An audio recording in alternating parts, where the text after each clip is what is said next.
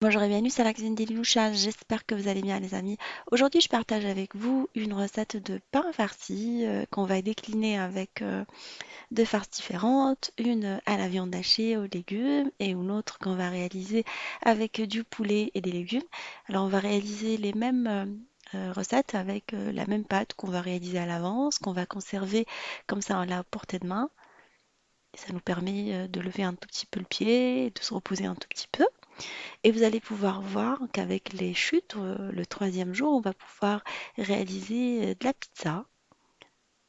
Voilà, on va optimiser la réalisation de la farce et de la pâte pour faire plaisir à nos familles et nous reposer un tout petit peu, découvrant la recette ensemble. Dans un premier temps, on va réaliser le levain qui va nous servir à réaliser la pâte.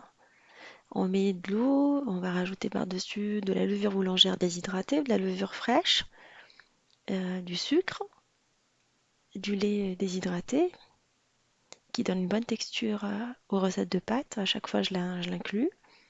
De la farine, une bonne petite partie de la farine. On va mélanger tout ça.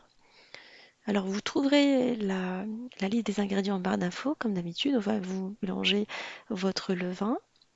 Vous allez le couvrir et le laisser de côté, lever pendant 45 minutes, dans un endroit où il n'y a pas de courant d'air. C'est important de bien le couvrir avec un film alimentaire. J'avais plus de film alimentaire. Du coup, j'ai mis du papier aluminium. Et après, on va passer à la réalisation de la farce.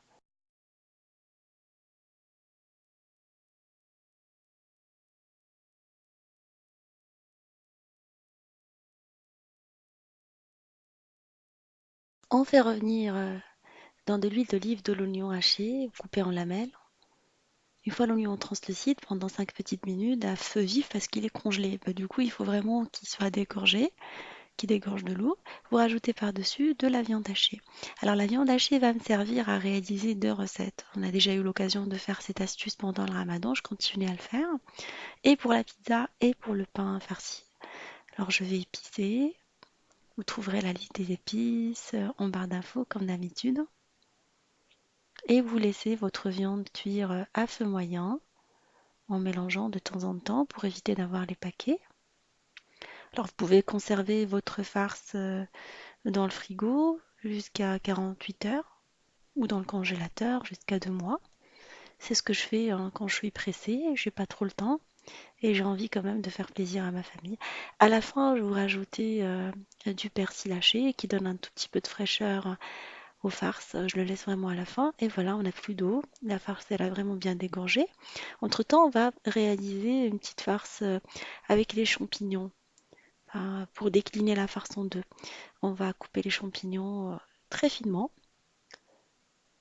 On a mis dans une poêle un tout petit peu d'ail. Et on va faire revenir les champignons pour faire une petite poêlée dans l'ail et l'huile d'olive pour les faire dégorger pendant 5 petites minutes à feu moyen. Et après coloration des champignons, vous rajoutez la moitié de la farce dedans. Et l'autre moitié, vous la laissez de côté pour l'incorporer dans l'autre recette.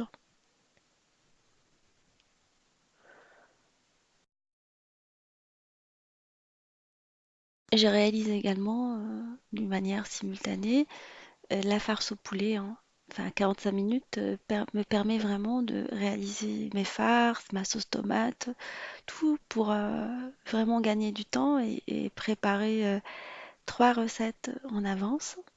Je vais couper le poulet en petits morceaux. Entre-temps, on a fait colorer dans de l'huile d'olive l'oignon. Alors profitez de mettre l'oignon à colorer et après vous procédez à la découpe de votre poulet ou de vos légumes si vous utilisez des légumes frais. Alors on laisse l'oignon colorer jusqu'à ce qu'il soit translucide pendant 5 petites minutes. Après, on va rajouter par-dessus une julienne de légumes.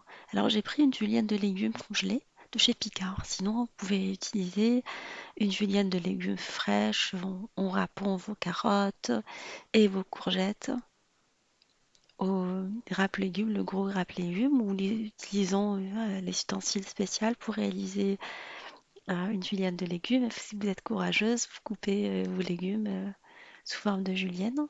Moi, je trouve que le râpe légumes, le gros, il fait l'affaire, hein.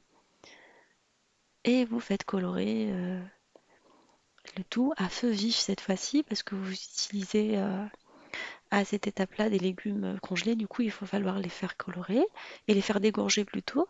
Alors, j'ai rajouté également de l'ail. On met les petits morceaux de poulet. Alors, je les coupais vraiment finement à la fin pour éviter d'avoir des gros paquets de poulet. C'est pas agréable en bouche quand on le trouve dans les farces. Du coup, prenez le temps de bien l'affiner au couteau, comme je vous ai montré, et vous épicez selon vos envies. Piment doux, curry, curcuma, piment fort. Voilà, les épices restent au goût de chacun, mais moi pour le poulet, je trouve que le curry, curcuma, un peu de gingembre, un piment fort se marie très très bien avec la farce au poulet. Et une fois que vous trouvez que votre poulet a bien cuit pendant 10 petites minutes, à feu moyen, vous rajoutez de la crème liquide qui va venir donner un petit côté crémeux à votre farce. Et vous laissez le tout cuire pendant 3 petites minutes. La crème qu'on vous l'a rajoutée, c'est vers vraiment la fin. Il ne faut pas trop cuire. Et on rajoute vers la fin un peu d'herbe, du persil ou plutôt de la ciboulette si vous aimez ça. Moi j'avais plus de ciboulette, mais avec cette farce-là, je trouve que la ciboulette se marie très très bien. Vous laissez de côté et vous attaquez après votre pâte. Une fois que votre pâte a bien levé, ou votre levain, vous rajoutez du sel. Alors le sel, je le laisse vraiment à la fin parce que il agit sur l'action de la levure boulangère. Du coup, il est préférable de le laisser vraiment à la fin. Comme ça, votre levain, il va être mieux.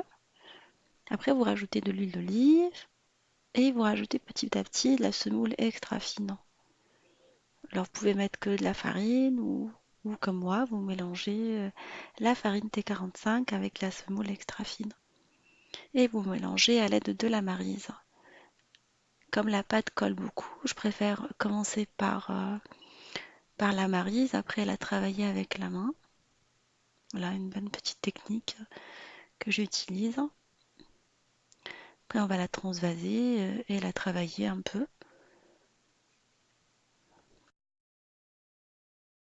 Une fois que vous trouvez que votre pâte commence vraiment à se former, vous la transvasez sur un plan de travail et vous rajoutez petit à petit de la farine. Alors, j'ai rajouté l'équivalent de 50 grammes de farine pour le plan de travail.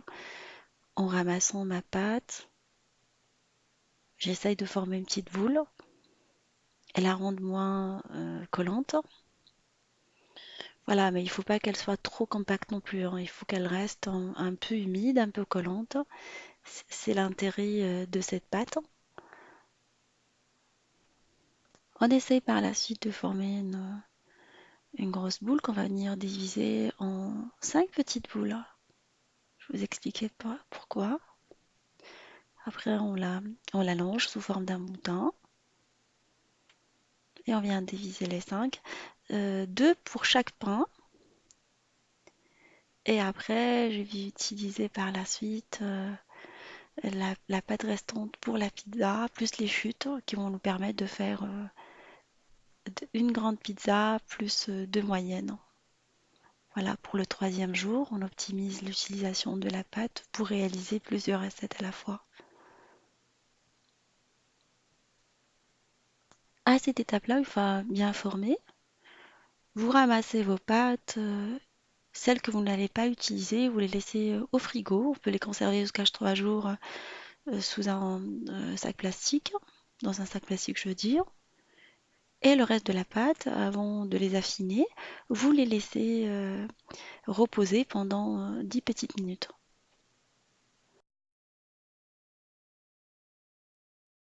Alors on va préparer le premier pain. On va venir affiner nos pâtes déjà reposées sur un plan de travail légèrement fariné. Essayez de les affiner vraiment bien.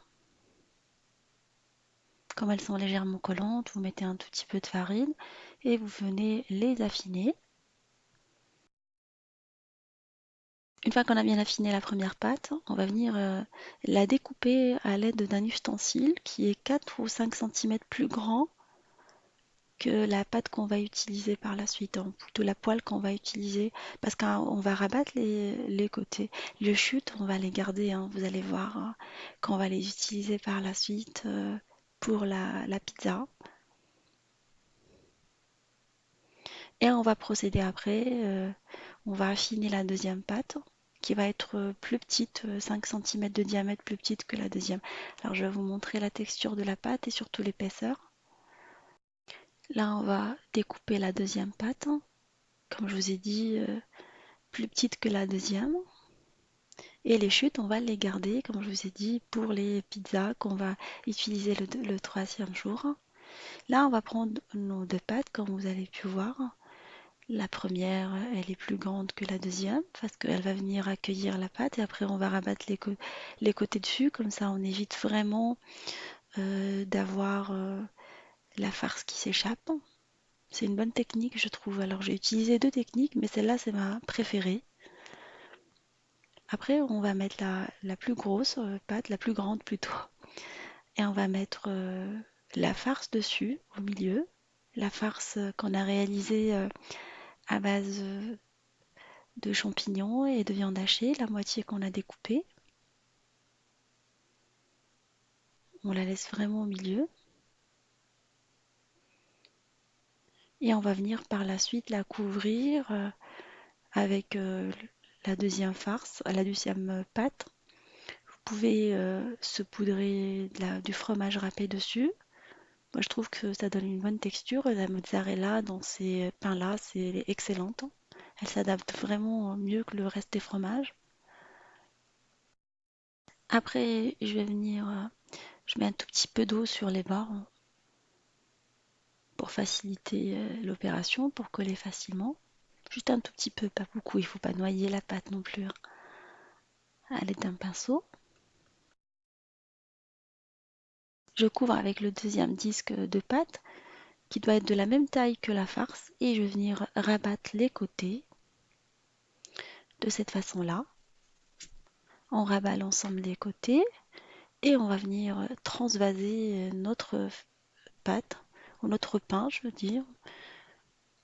Une fois qu'on l'a tourné sur la deuxième phase, qu'on a finalisé les bords, dans une plaque de cuisson, dans une poêle de cuisson.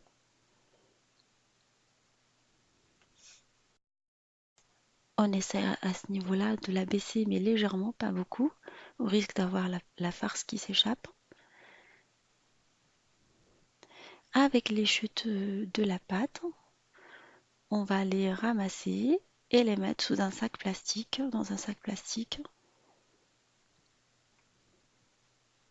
Voilà, vous les ramassez comme ça, vous essayez de former une petite boule et vous les rangez dans un sac plastique jusqu'à une utilisation ultérieure dans le frigo. Vous pouvez par la suite les abaisser et réaliser une pizza avec.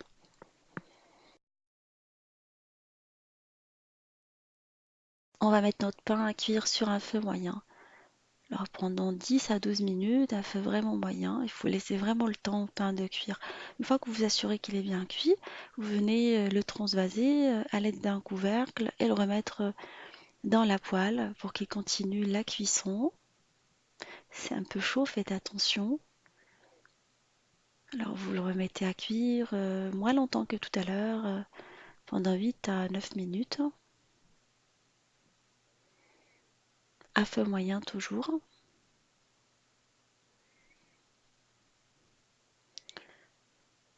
Voilà, notre pain est maintenant cuit.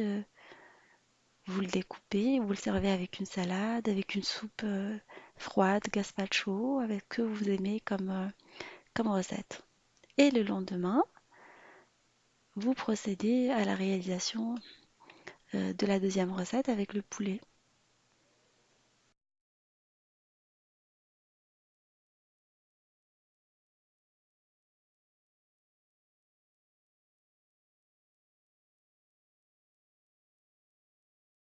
Alors j'ai procédé à la farce du pain au poulet de la même manière que tout à l'heure. Et une fois que vous le retournez, vous pouvez éventuellement mettre un tout petit peu de beurre. Je trouvais que la texture, elle était meilleure avec le beurre. Voilà, c'est juste un petit conseil. On essaie toujours d'améliorer nos recettes. Et voilà, notre pain au poulet est maintenant prêt. Alors, avec les chutes que j'ai eues, je vais procéder à la réalisation d'une pizza. Vous sortez vos pâtes que vous allez couvrir avec un film alimentaire ou un sac plastique. Vous les laissez reposer pendant un petit quart d'heure quand on les sort du frigo. Et entre-temps, vous réalisez de la garniture en plus de la viande hachée que vous avez déjà. Alors aujourd'hui, ça va être des poivrons. Alors je vais faire revenir des poivrons avec une gousse d'ail coupée en quatre. Pour parfumer, vous allez saler, poivrer. Alors l'idée de les sortir pour qu'ils fassent la deuxième levée en fait. Et vous en profitez pour réaliser la garniture. Une fois les poivrons colorés, vous allez colorer également de l'oignon de la même manière.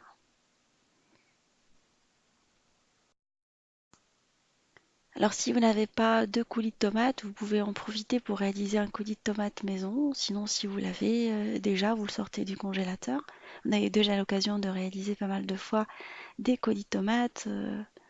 Je vous laisserai le lien du colis de tomates maison. Moi, je l'avais déjà, du coup, je ne l'ai pas réalisé aujourd'hui. Je l'ai sorti la veille du congélateur et je l'ai laissé décongeler pour pouvoir réaliser mes recettes avec. Alors, l'oignon, vous le laissez pendant quelques minutes jusqu'à ce qu'il soit doré. Vous mettez un peu de piment d'Espelette, de l'ail, du sel et vous venez affiner votre pâte par la suite sur un plan de travail légèrement fariné. Alors, vous commencez avec les mains et après, si vous êtes habile avec vos mains, comme un pizzaiolo, vous le faites. Sinon, vous utilisez un rouleau à pâtisserie. Alors, les tirer dans tous les sens. Il est préférable que la pâte que vous utilisez à la poêle, en fait, la pizza à la poêle, qu'elle soit un peu fine. Contrairement à celle qu'on cuit dans le four, en fait. Au four, je veux dire. Voilà, vous les tirez. Vous enlevez l'excédent de farine. Une fois qu'on l'a bien affiné, on enlève l'excédent de farine et on vient la faire cuire dans une poêle anti-adhésif, de préférence en pierre, elle donne une bonne texture.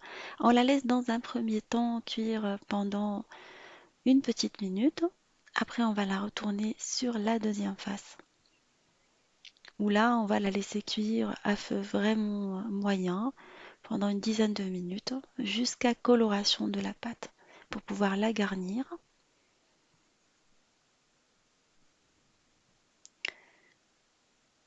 Voilà, on va la retourner par la suite. N'hésitez pas à faire ce geste pendant qu'elle cuit de temps en temps, à la retourner pour qu'elle cuise d'une façon uniforme. Une fois qu'elle prend une jolie petite dorure, vous venez par la suite la garnir avec la sauce tomate maison à l'ail et au basilic. C'est pratique de réaliser son coulis de tomate à l'avance et l'avoir à portée de main. Surtout quand vous profitez qu'il y ait vraiment la saison de la tomate pour en préparer à l'avance. On la garnit, on met un tout petit peu de sauce tomate et on vient l'abaisser avec le dos de la cuillère et on met notre garniture par la suite. La viande hachée qu'on a réalisée, comme je vous ai dit, vous pouvez le garder jusqu'à 48 heures dans le frigo. C'est ce que je fais à chaque fois que je réalise mes farces. Comme ça, je suis tranquille pendant quelques jours de la semaine.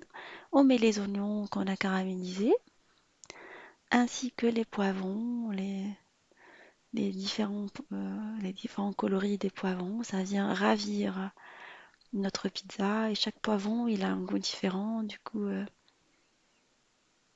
tout ça, vous le faites à feu vraiment doux cette fois-ci. Vous baissez le feu à doux et vous laissez votre pizza continuer la cuisson sur la deuxième phase où c'est vraiment pas cuit.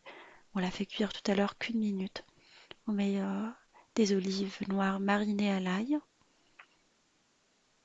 On va saupoudrer avec du fromage. Alors vous pouvez mettre un mélange de fromage, cheddar, mozzarella, et ce que vous aimez. En fait, moi je mets 4 fromages différents.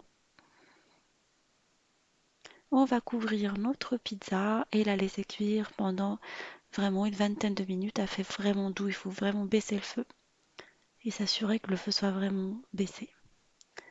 Et à la fin, voilà, notre pizza elle est maintenant prête. On va la présenter. Moi, je sers ma famille pendant que je réalise les pizzas et je continue la réalisation des autres en même temps. On va la découper en quatre pour la petite. Aujourd'hui, c'est que pizza à la viande hachée.